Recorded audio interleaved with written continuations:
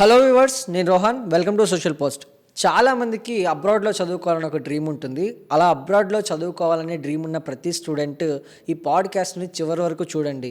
మీకు మిడిల్లో పాడ్కాస్ట్లో మీకు ఒక అద్భుతమైన ఆపర్చునిటీ కూడా ఉంది. So I'm with Varun, over size education expert. Let's get in to the video. Miss కాకుండా ఈ వీడియోని చివరి వరకు చూసేయండి. హలో అండి. హాయ్. ఎడ్యుకేషన్ ఫెయిర్ అంటున్నారు. ఎడ్యుకేషన్ ఫెయిర్ అంటే చాలామందికి తెలియదు. ఎడ్యుకేషన్ ఫెయిర్ అంటే ఏంటండి? ఓకే, సో ఇప్పుడు ఎడ్యుకేషన్ ఫెయిర్ అంటే ఇది ఓవర్సీస్ ఎడ్యుకేషన్ ఫెయిర్ అండి. సో జనరల్గా ఒక స్టూడెంట్ కన్సల్టెన్సీకి వెళ్ళినప్పుడు ప్రొఫైల్ని బట్టి వీ సజెస్ట్ మెనీ యూనివర్సిటీస్. ఇప్పుడు యూకేలో నార్త్ అమెరియా అంటారు, యూఎస్లో సిన్సినేటి టెక్ యూనివర్సిటీ అంటారు, అట్లా ఎన్నో యూనివర్సిటీస్ ఇస్తారు. ఓకే. సో ఇప్పుడు అవే కాకుండా చాలా యూనివర్సిటీస్ ఉంటాయి. సో ఇప్పుడు స్టూడెంట్ మైండ్లో ఒక ఆప్షన్ ఉంటుంది, ఐ మిస్సింగ్ సంథింగ్ అని. సో ఇది ఒక సినారియో మాత్రమే. సో ఇప్పుడు ఎడ్యుకేషన్ ఫెయిర్ అన్నప్పుడు ఏమవుతుందంటే మల్టిపుల్ డెస్టినేషన్స్ నుంచి, అంటే యుఎస్ అనుకోండి, కెనడా, యూకే అనుకోండి, ఇందులో ఉన్న యూనివర్సిటీస్ అన్నీ కూడా under one roof. So they will come, అంటే ఇదంతా ఓరియెంట్ స్పెక్ట్రా ఆర్గనైజ్ చేస్తుంది. ఇప్పుడు ఒక స్టూడెంట్ అనేవాడికి Orange Spectra is giving multiple opportunities. అంటే ఇంజనీరింగ్ అయిపోయి స్టూడెంట్ ఆల్మోస్ట్ కంప్యూటర్ సైన్స్ అయిపోయి ఉంటారు. ఇప్పుడు they wanted to plan to study in UK. ఇప్పుడు మేము పెట్టిన ఎడ్యుకేషన్ ఫెయిర్కి వస్తే he can meet multiple number of universities at a time. అంటే ఒక స్టూడెంట్కి 3 to 4 ప్రాబబిలిటీస్ వస్తాయి to take a decision. Generally ఇప్పుడు మా దగ్గరకు వచ్చారనుకోండి, మేము చెప్తాము, they will listen. Obviously whatever వీస్ also updated information. ఇప్పుడు వీళ్ళు ఏదైతే కౌన్సిలింగ్ తీసుకుంటారో that is directly from the university person. Okay. వాళ్ళే స్టూడెంట్కి, మా స్టూడెంట్స్కి మాత్రమే ఓపెన్ ఉంటుంది ఇది. వాళ్ళు వచ్చి కలుస్తారు స్టూడెంట్ని. స్టూడెంట్ వచ్చి రిప్రజెంటేటివ్ వెళ్తాడు. వెళ్ళిన తర్వాత వాళ్ళ కోర్సు, వాళ్ళ సబ్జెక్ట్ అని చెప్పిన తర్వాత now university person will say all about their university. So ఒక ప్రాబబిలిటీ వస్తుంది. నెక్స్ట్, ఇప్పుడు మనకి యుఎస్ అనుకోండి, ఎన్నో స్టేట్స్ ఉంటాయి. ఒక స్టేట్కి సంబంధించి ఒక యూనివర్సిటీ ఉంది అనుకోండి, for example Illinois institute of technology అని. ఓకే. అతని దగ్గరికి వెళ్తాడు. He will give some probability. అంటే ఒక స్టూడెంట్కి ఒక డెస్టినేషన్ కానివ్వండి, ఒక కోర్స్ కానివ్వండి, చూస్ చేసుకోవడానికి మంచి ఆప్షన్. ఇదంతా ఒక ఎత్తు అయితే, ఇప్పుడు ఎలిజిబిలిటీ ఉందనుకోండి, ఫర్ ఎగ్జాంపుల్ హీ వాంటెడ్ ఒక యూనివర్సిటీ ఫైనలైజ్ అయిపోయింది. ఆఫ్టర్ మీటింగ్ ఎవ్రీథింగ్ ఒక కంక్లూజన్కి వచ్చాడు. Because they come with parents, they come with relatives, they come with family members to attend the education fair for the knowledge purpose. ఇప్పుడు ఒక idea వచ్చింది, చలో ఒక X university నాకు eligibility ఉంది, ఐఎమ్ ఫిట్ ఫర్ దిస్. ఇందులో fee వచ్చేసి ఒక 15 lakhs ఉందనుకుందాం. ఇప్పుడు ఈ 15 lakhs ఎలా తెచ్చుకోవాలి? నా అక్కడ లోన్ వాళ్ళు కూడా ఉంటారు. ఆన్ స్పాట్ ఎవాల్యుయేషన్ చేసి పేరెంట్కి కానీ స్టూడెంట్కి కానీ ఎంత లోన్ వస్తుందో అనేది వాళ్ళు అక్కడ చెప్పగలుగుతారు. Now they are prepared. అంటే ఒక 1 hour స్టూడెంట్ మాతో స్పెండ్ చేసినందుకు ఏ యూనివర్సిటీ అతనికి సెట్ అవుతుంది, ఓకే, ఏ బ్యాంక్లో నాకు లోన్ వస్తుంది, ఫాదర్ అనే పర్సన్కి ఎంత సేవింగ్స్ పెట్టుకోవాలి, అలా అసలు ఎలా ప్లాన్ చేసుకోవాలో ముందే తెలిసిపోతుంది. ఇవన్నీ పక్కకు పెడితే దిల్ మీట్ డిఫరెంట్ స్టూడెంట్స్.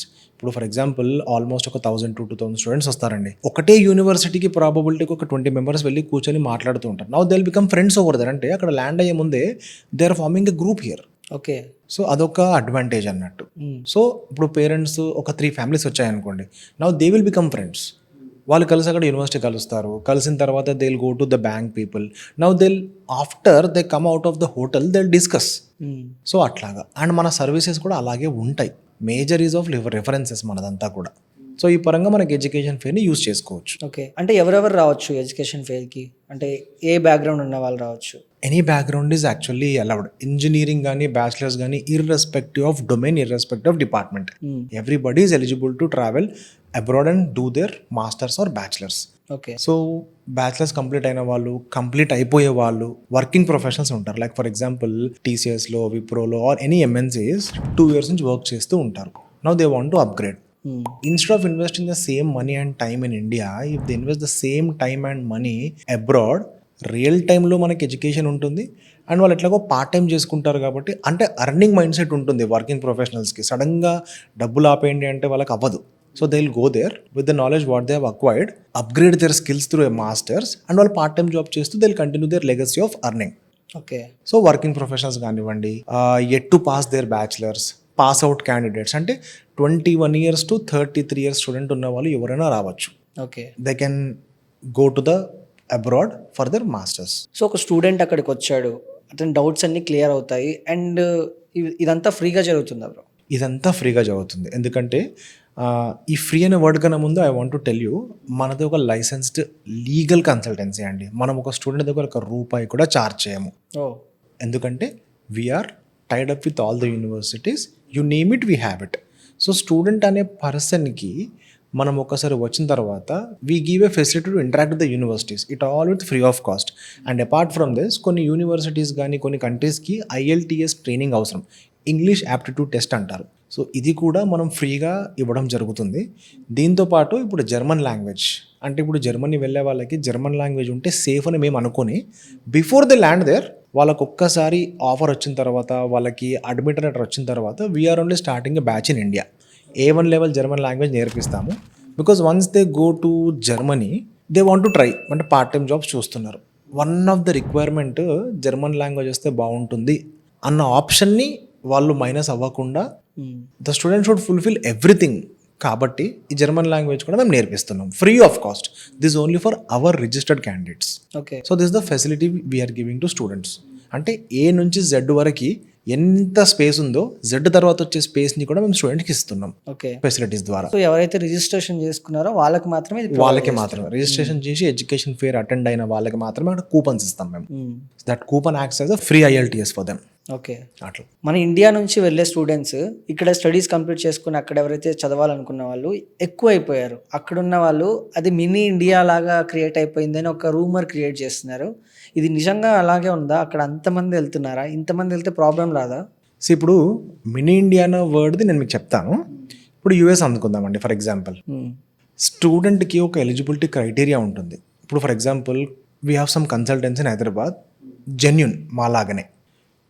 ఏదైనా కూడా స్టూడెంట్ ఎలిజిబిలిటీ ప్రకారమే యూనివర్సిటీ ఇచ్చి, స్టూడెంట్ క్యాపబిలిటీ ప్రకారం కెపాసిటీ బట్టి యూనివర్సిటీ ఇచ్చి, వాళ్ళకి ప్రాపర్ కెరీర్ కౌన్సిలింగ్ ఇచ్చి పంపిస్తే they will go there, they will study there.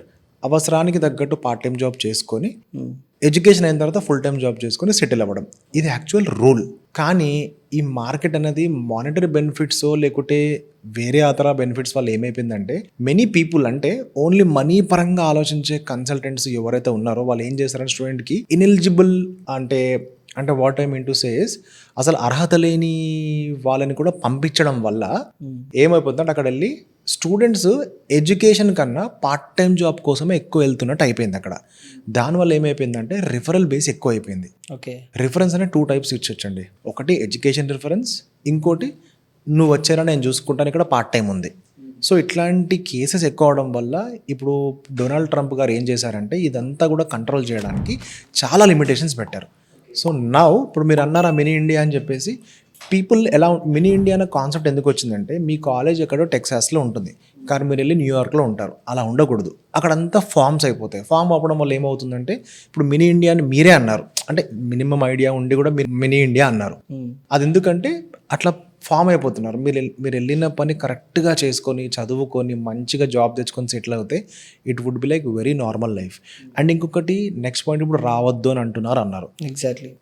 రావద్దు అంటున్నారు కానీ వెళ్ళిన వాళ్ళతో ఎవరు రిటర్న్ రాలేదు. మీరు ప్రాపర్గా ఫాలో అయితే కనుక ఎర్నింగ్ క్యాపబిలిటీ తగ్గుతుందేమో, 2 lakhs సంపాదించే దగ్గర 1.5 lakhs సంపాదిస్తారేమో, కానీ జాబ్స్ అయితే లేకుండా లేవు if you are in a very legal and authorised way. ఇప్పుడు యూకే అనుకోండి, యూకే అంటే లండన్ ఒకటే కాదు, చాలా ఉన్నాయి. మనకి మాంచెస్టర్ ఉంది, ఓకే, మనకి ల్యూటన్ ఉంది, బర్మింగం ఉంది. ఇదంతా డెవలపింగ్ సిటీస్.